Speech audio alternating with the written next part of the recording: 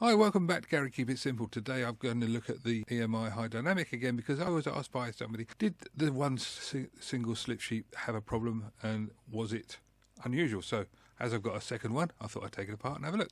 As you probably remember, this was me taking apart the other one with one hand, which is not as easy as it sounds. This was genuinely a reveal. I had no idea what was in there. I've never taken one of these particular cassettes apart before. And look, hey presto, there is a slip sheet. Put the case out of the way, and what do we get? There's only one slip sheet.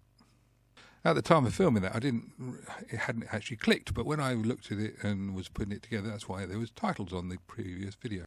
So last night I took the other one apart. This is what I got. Yay, 2 slip sheets.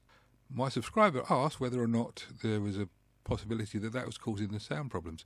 Well, I don't know, but I thought I'll change the pad anyway. So here's the original pad that's on this cassette we just taken apart.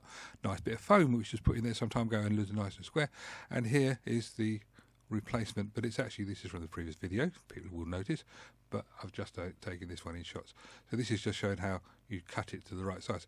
You can see this is nicely cut, and I used a knife to do this, and I tried using scissors last night and side cutters. I would suggest and recommend using a knife.